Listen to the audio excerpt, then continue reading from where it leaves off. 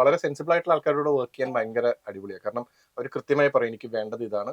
കൃത്യമായി പറയുമ്പോൾ നമുക്ക് ഒരു കൺഫ്യൂഷനും ഇല്ല. വളരെ എളുപ്പം ചെയ്യാൻ പറ്റും. ഒരു ഐഡിയ ഇല്ലാത്ത ഒരാൾ നമ്മളെ വിശ്വസിച്ചിട്ട് ഏൽപ്പിക്കുകയാണ്. കൈലാസ് എനിക്കിതിനെപ്പറ്റി വലിയ പിടിയില്ല. പക്ഷെ ഐ ട്രസ്റ്റ് യു എന്ന് പറഞ്ഞ് ഏൽപ്പിച്ചാലും വളരെ എളുപ്പമാണ്. അപ്പോഴും നമുക്ക് കംപ്ലീറ്റ് ഫ്രീഡവും റെസ്പോൺസിബിലിറ്റി ഉണ്ട്.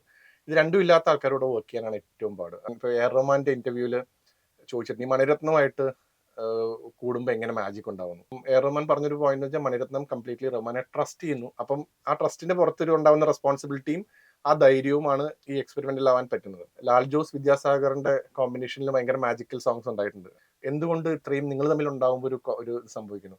അപ്പൊ എനിക്ക് അവിടെ കംപ്ലീറ്റ് ഫ്രീഡം ആണ് കിട്ടുന്നത്. എന്നെ അത്രയും ട്രസ്റ്റ് ചെയ്തിട്ടാണ് ലാൽ ജോസ് ആ പാട്ടുകൾ ഏൽപ്പിക്കുന്നത്. അപ്പൊ എനിക്ക് എന്തും ചെയ്യാനുള്ള ഒരു ധൈര്യം ഉണ്ടാവും, അല്ലെങ്കിൽ അതിനെ നന്നാക്കാനുള്ള. അപ്പോൾ മ്യൂസിക് ഡയറക്ടറിനെ അത് ഏൽപ്പിക്കുമ്പം അവരെയും കൂടെ കുറച്ച് ട്രസ്റ്റ് ചെയ്യാനായിട്ട് തയ്യാറാവുകയാണെങ്കിൽ കുറെ കൂടെ നല്ല നല്ല വർക്ക്സ് ഒക്കെ പലപ്പോഴും ഉണ്ടാവും.